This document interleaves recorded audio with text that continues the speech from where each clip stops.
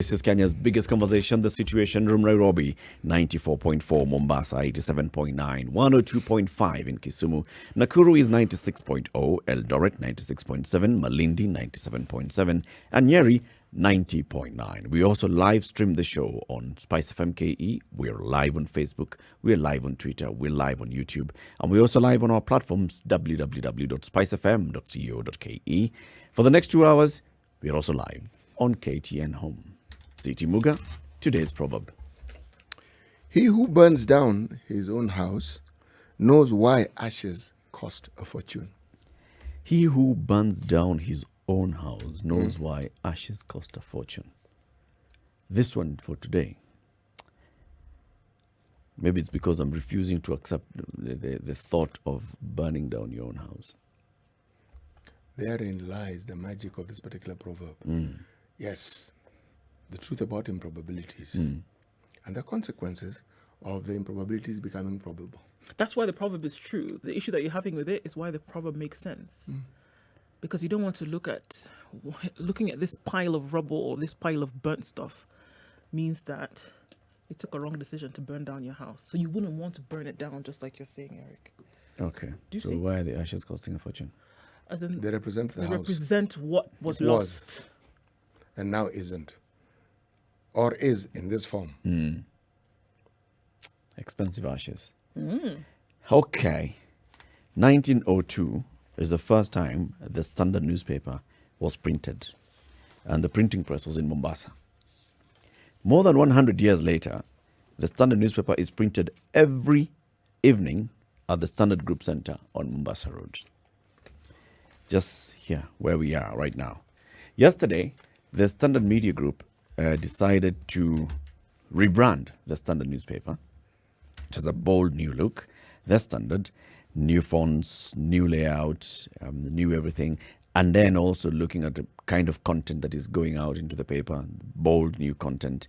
This is not the only rebrand that happened. There was a transformation as well in our online digital platforms. Okay, standardmedia.co.ke. This is not the only kind of transformation that has taken place at the Standard Group. As you can see where we are right now, we are sitting in a brand new swanky modern studio, which is an audio-visual radio station where we broadcast on radio. We are live streaming the show via video on digital platforms, and we are also live on TV.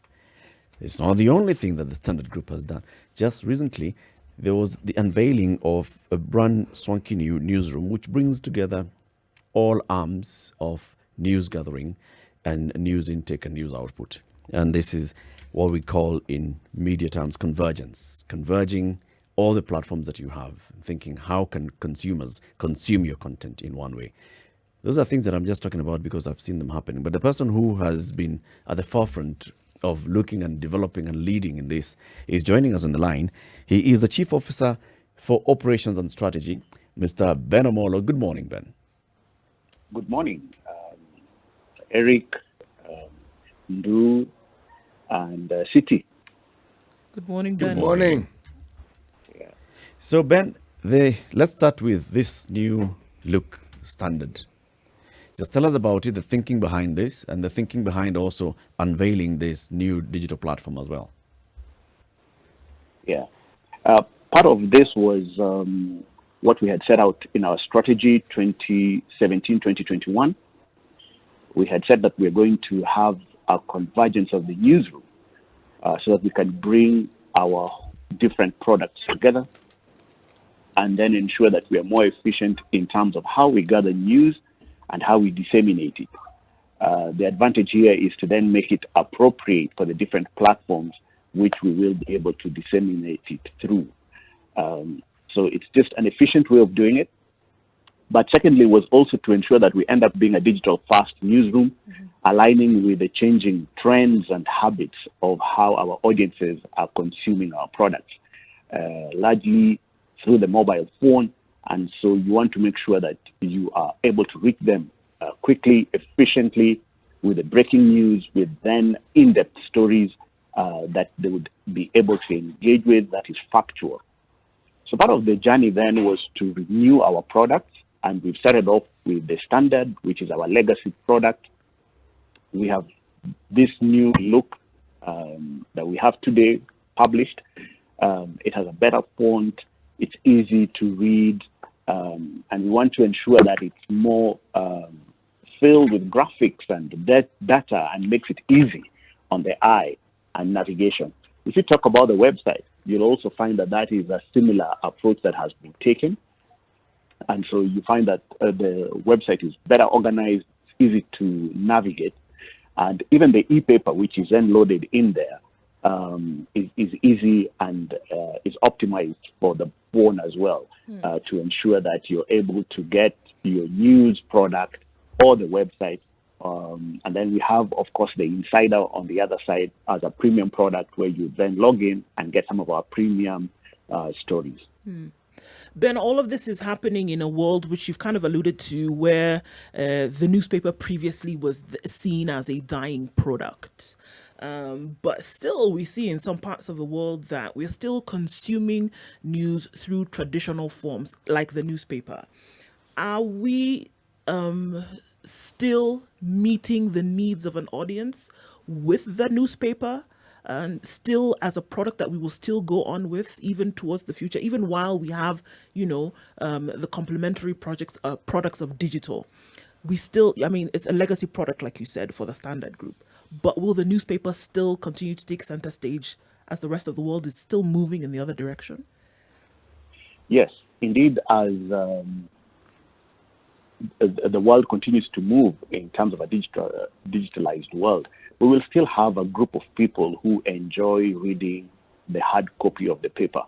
However, as you will see, the format of the paper as it is on the print side is exactly how it is then extrapolated on the e-paper for the digital version.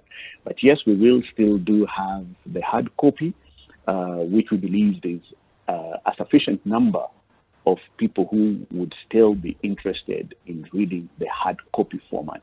And that's why we have just redesigned it. It's looking fresh.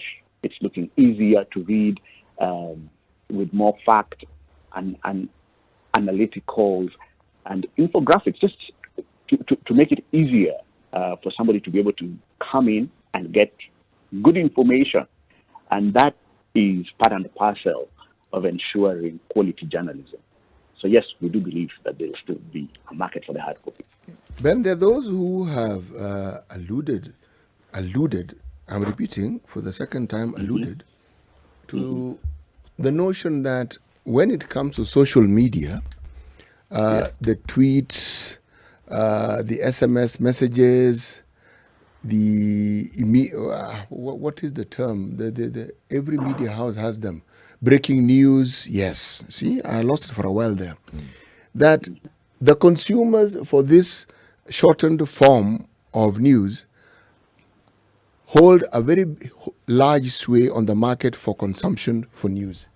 And yet we still have news in the format that has been, well, in essence, for the longest time. Are we really in a competition with this particular aspect of news consumption? Are we effectively in competition even with this new look? I think the issue of breaking news, and one needs to understand the whole philosophy of journalism, is therefore to say that, yes, there is the aspect where the social media would be able to break news, and we also have got social media handles where we would be able to break news. However, what we are saying is that we have got to, number one, investigate the story deeper, and then bring out what may not be carried in terms of the social media. And yes, there's a sense of collaboration with the social media as well, because as you see, and as a story expands, and there are questions people are raising in terms of what really happened, that gives the journalists in the newsroom the opportunity to then answer those kind of questions, both on social media, but in some cases, it requires the in-depth journalism. So it's basically going to work in collaboration, because as people ask questions about something that has happened, that's the opportunity for the journalist to go back, get the research, what's the background, could this have happened in the past, and then get all those different things together and repackage it to the long read for the next day. So the day two journalism is much deeper, more analytical, you can then be able to make sense of what that story really means and the other facts around that story. So you make it a comprehensive and engaging thing. Now, once you have broken it then on social media and you have repackaged it in this converged approach of the newsroom, then you will use the appropriate platform for the different audiences. So the long read on the paper, the TV, like KTN News, will then have it differently than appropriate for that particular audience, and online would also have it. Radio would also have it. So that's what we believe excellence in journalism is going to bring. So it's working in collaboration with the social media platforms. We've also seen various media organizations around the world now looking at going digital first, but also understanding the need to have quick bits information. Basically, just sending out the information in snippets so that it can be consumed fast and by somebody who's on the move.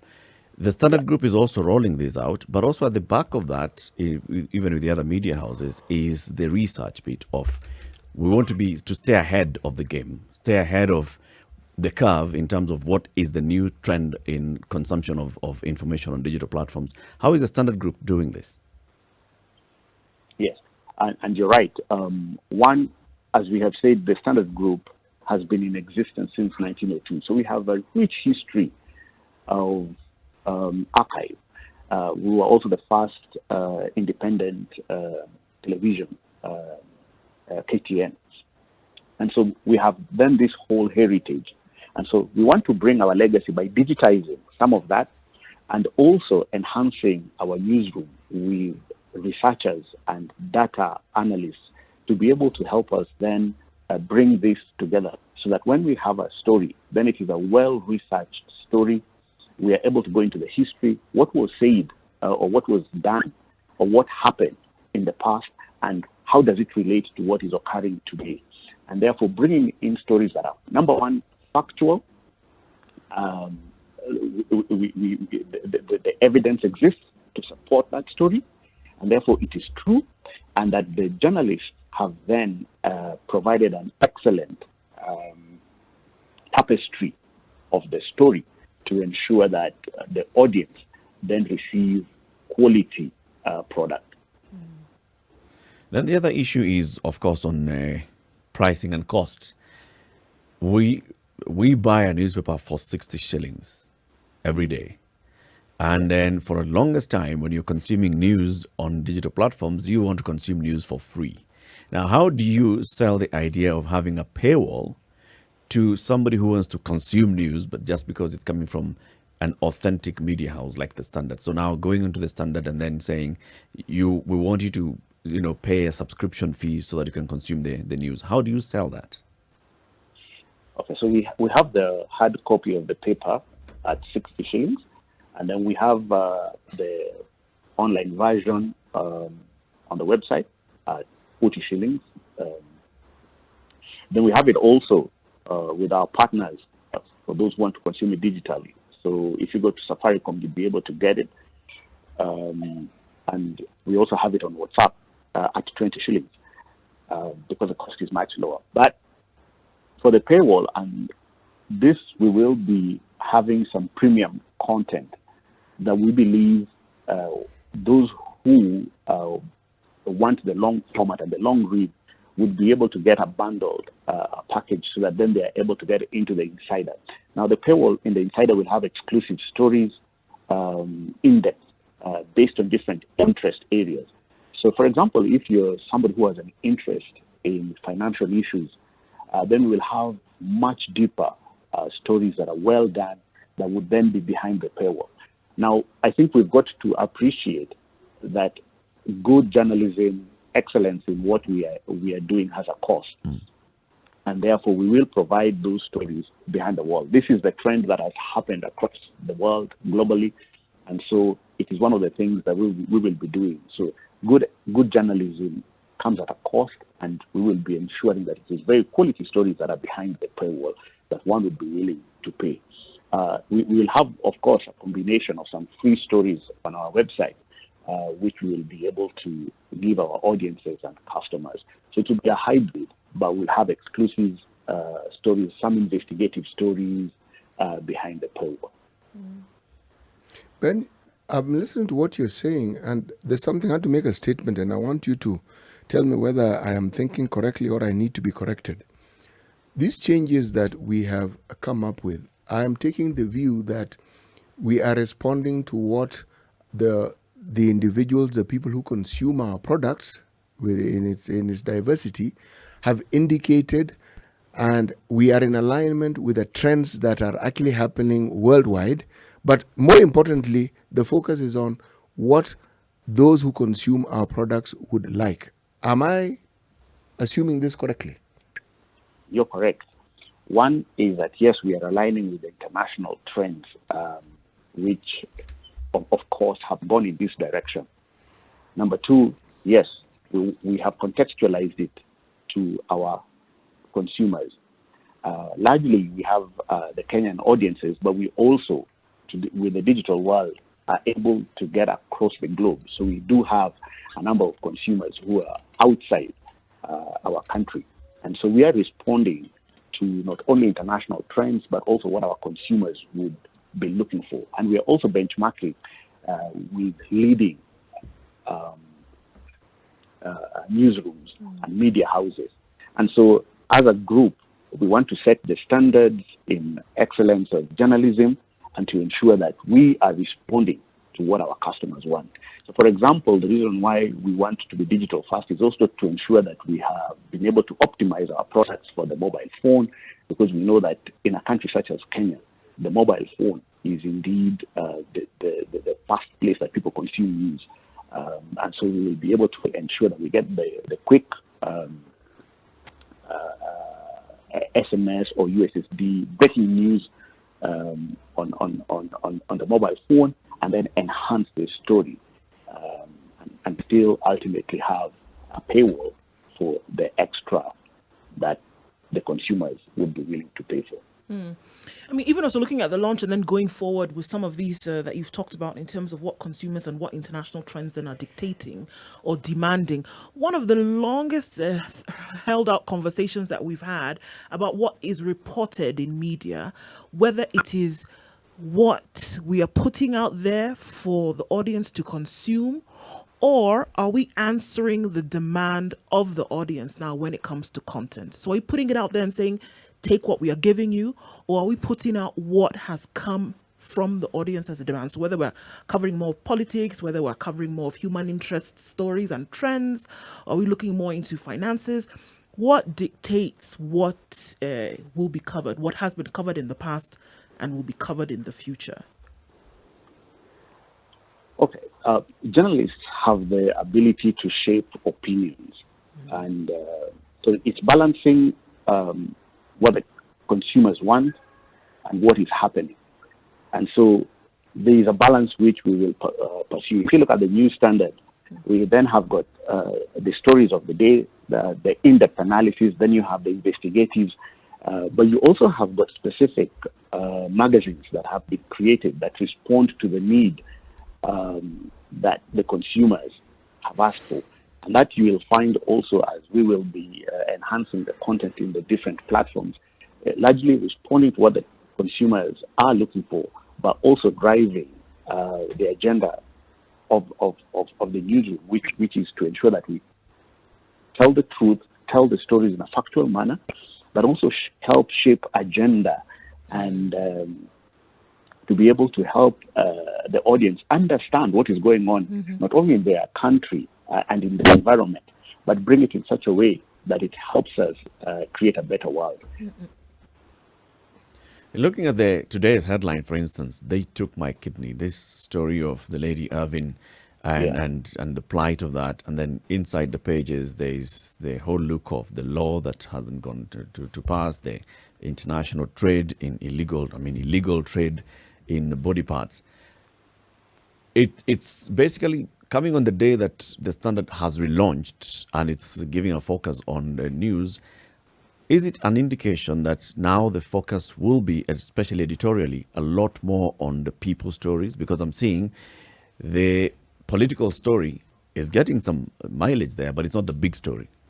Is it like sort of a shift in editorial thinking and editorial strategy? Every day there will be a balance of what you want to bring out. I think we started off today very well with this investigative story.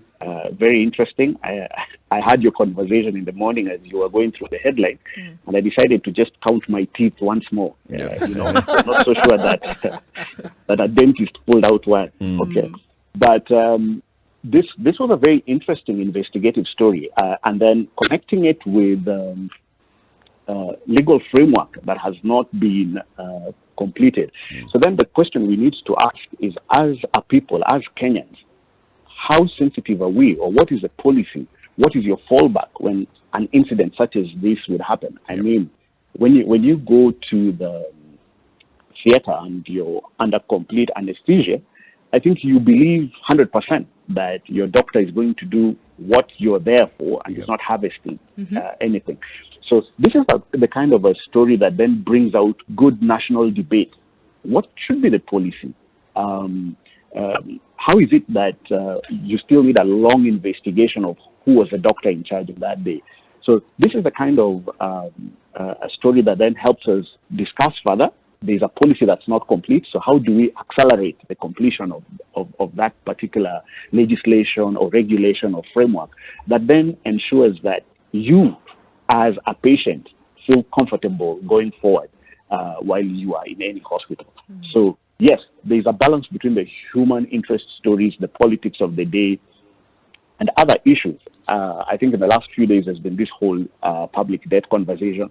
It's just to get Kenyans to understand what happened and what then should we do. And this is where we talk about agenda setting. So what is that you need then the public leaders to then respond to, because that's what the citizenry are asking for. Indeed. So it will be a balance, Benedict Omollo, Chief Officer, Operations and Strategy at the Standard Group PLC. Thank you very much for joining us this morning. We know you are always listening to us and you give us your feedback on various issues, and we thank you for that as well. Thank you. Thank you very much. Good job. Thanks, Ben. Yep. And big thank you to all the team in the editorial department on what they're doing. The new look is brilliant. It looks very, very good. And also consumption of the digital platforms as well. Very, very good. Asante sana. Speak to you soon. Thank you very much. Asante. Thank you.